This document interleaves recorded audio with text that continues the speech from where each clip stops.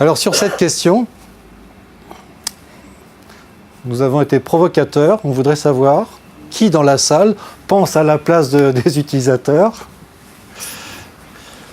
qui interroge ces utilisateurs. Alors quel est bon, on l'a, je pense, un peu abordé déjà. L'utilisateur est-il au centre du débat? Oui, sûrement. François. C'était préparé pour la question qui n'avait pas pu être posée. Je rejoins le propos de madame tout à l'heure. L'utilisateur, on va considérer qu'il est autonome, au sens où vous l'entendiez, et il est autonome sur son périmètre. Le logisticien, le financier, je sais pas ce qu'on voudrait, c'est de lui imposer, en plus qu'il soit autonome sur notre périmètre. C'est choisi. Ça, à mon avis, c'est quasiment injouable. Derrière, on veut gérer le flux d'informations. On veut gérer cette information pour en faire de la connaissance et de la compétence. Très bien, l'objectif, on l'a en tête. Donc, ce que moi j'imagine, ce que je pense, c'est que Daniel l'a évoqué un petit peu au départ, c'est que les règles, on ne peut pas les demander à tout le monde de les connaître, donc on va les reporter sur les outils. Et c'est l'outil qui peut être un des moyens de gérer la règle en transparence pour le, chez nous on dit collaborateur, pour le salarié, pour... Moi je dirais collaborateur, parce que chez nous c'est comme ça qu'on nous appelle. Donc je reporte ce que je peux, pas forcément toutes les règles. On est d'accord que certaines règles doivent être connues par le collaborateur. Et après, l'outil va gérer lui-même cette règle. Comment j'essaye d'appliquer ça chez moi? J'ai monté un laboratoire dans ma direction cette année. C'est tout neuf, on verra ce qui en sortira. Et ça répond à la question, enfin en tout cas pour ma partie. Est-ce que je me mets à la place des utilisateurs? Oui et non. Est-ce que je les interroge? Oui. Qu'est-ce que je fais?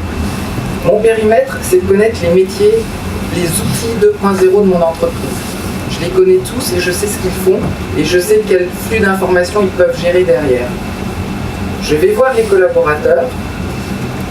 Je ne leur demande pas leurs besoins. En fait, ce que je leur demande, c'est quels problèmes ils rencontrent au quotidien. Un exemple pratique, j'ai une assistante qui gère des DA sous SAP, qui passe son temps à envoyer des mails aux collaborateurs pour lui dire que ça y est, le numéro de DA c'est ça, est-ce qu'il a réceptionné le machin, etc. Donc on a des échanges de mails pour traiter juste ce sujet-là. Elle m'explique son problème et moi je vais lui apporter un outil qui va répondre à cette problématique, en l'occurrence, tout bête, un formulaire SharePoint, avec l'intelligence intégrée derrière, et ça c'est moi qui lui apporte. Et elle devient une simple utilisatrice sans se préoccuper de savoir si derrière, comment est construit le numéro de DA récupéré, etc. Ce qui importe pour elle, c'est que dans 3 jours, quand son collaborateur il va saisir le numéro d'une DA, il va voir tout de suite si elle a été validée, réceptionnée, etc., etc. Donc, je me mets, oui, j'interroge mes utilisateurs, je leur demande leurs besoins, leurs problématiques, et c'est moi qui vais leur apporter l'outil qui répondra au mieux à leurs problèmes. Alors, ce qu'on peut donner en élément de réponse, on est dans une sorte de cube, donc on a des angles de vue de partout. Donc si on est effectivement à un niveau opérationnel, et on cherche à trouver des solutions, ça risque d'être vite compliqué. Il y a plein de solutions.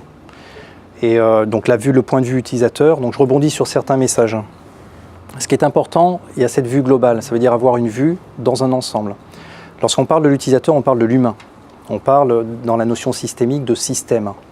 Et on ne peut pas modéliser un humain pour qu'il devienne super mature avec l'information, par exemple. On va jouer sur des tendances. Donc on va apporter des petites graines qu'on va semer dans une organisation et puis les choses vont bouger tout doucement.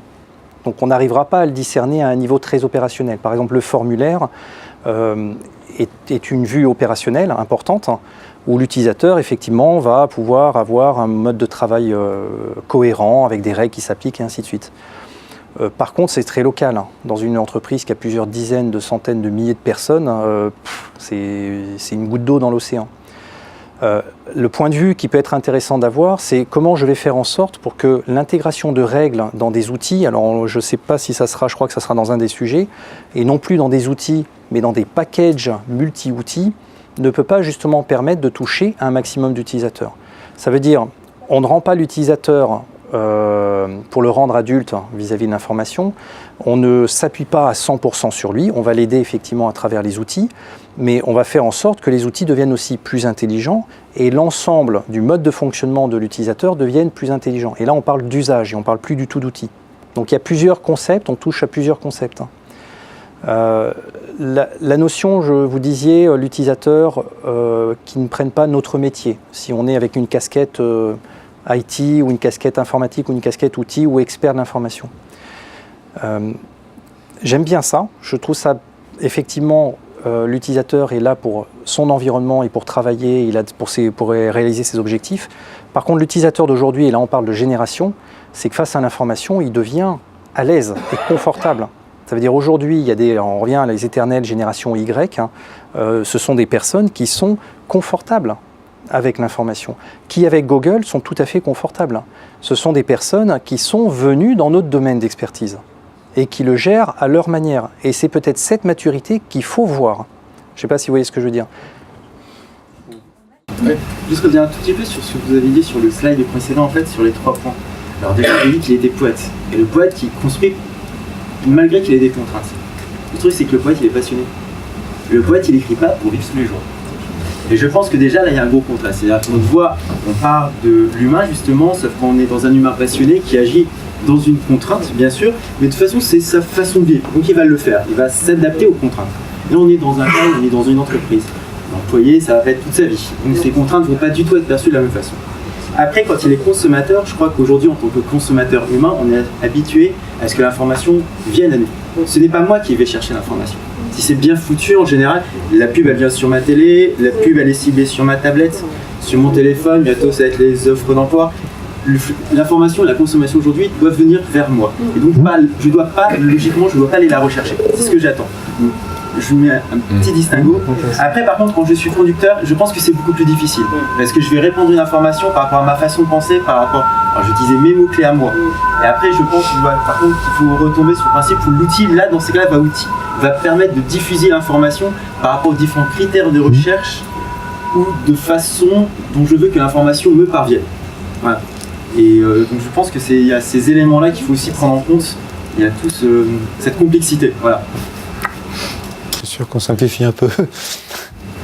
Oui. Moi, je suis partie de la société Ubisoft, où à la base, on a un âge de, on va dire, entre les 33 ans pour les collaborateurs. Et ce que je peux observer, c'est qu'ils peuvent tout à fait être à l'aise sur les outils, savoir comment créer, générer leur contenu, mais pour autant, ça ne va pas faire qu'ils vont avoir le recul nécessaire sur comment je vais gérer mon information, se demander au global qu'est-ce qui va lui arriver. Et donc, du coup, il y a un vrai distinguo entre être à l'aise et avoir le recul nécessaire. Tout à fait. Et juste pour rebondir là-dessus, il y a un sujet sur lequel on revient assez peu, c'est quand vous arrivez aujourd'hui dans une entreprise, quelle que soit l'entreprise, un des premiers trucs qu'on vous donne, enfin c'était pas le cas encore il y a 10 ans, mais maintenant ça y est, à peu près dans toutes les boîtes, on vous donne une adresse email. Qui parmi vous, quand on vous donne l'adresse email, qui parmi vous a reçu de l'entreprise autre chose que juste ton adresse et ça, voilà ton compte, voilà ton mot de passe, tu sais faire? Et ça, je reboucle sur ce que tu dis et c'est tout à fait vrai. Enfin, tout le monde sait utiliser un email. Envoyer, c'est comme poster une lettre, hein. C'est pas plus difficile néanmoins. Est-ce que tout le monde sait l'utiliser à bon escient dans l'entreprise? Non. Et on revient sur l'autonomie au sens tu sais faire, à l'autonomie au sens tu as appris, tu as gagné ton autonomie parce que petit à petit, par tout un tas de règles, c'est tout à fait vrai, tu as appris, tu es devenu autonome et ces règles-là, tu n'as plus besoin qu'on te contraigne dedans pour les appliquer de manière intelligente, voire les faire évoluer pour le collectif. On en revient peut-être donc à piloter vraiment certains flux d'informations par une appréhension, à donner une capacité aux gens de s'éduquer, de s'auto-éduquer. Et est-ce que ça, les gens s'auto-éduquent vraiment ou prennent des raccourcis? Vous disiez, ils prennent des raccourcis. La plupart du temps... Est-ce que c'est un problème qu'ils prennent des raccourcis? Si on ne les pilote pas, oui, puisqu'on ne gère pas. On ne va pas parler de gestion du risque, mais on ne gère pas. Toutes les déviances de cette gestion d'information, on ne sait pas ce qu'il va y avoir autour, en fait. On n'arrive pas à savoir quel panel va augmenter ou diminuer. On ne sait pas dans quelle partie ça va partir. Donc c'est peut-être pas important pour certaines entreprises, dont le niveau est... Mais pour beaucoup d'entreprises, c'est quand même très important de savoir comment son information interne est perçue à l'extérieur et comment elle va revenir après. Donc si on ne pilote pas un peu ces petits flux d'informations via des logiciels, il faut se dire, que ce soit du SharePoint, des mails, ça reste des logiciels, et en fait on ne les pilote pas.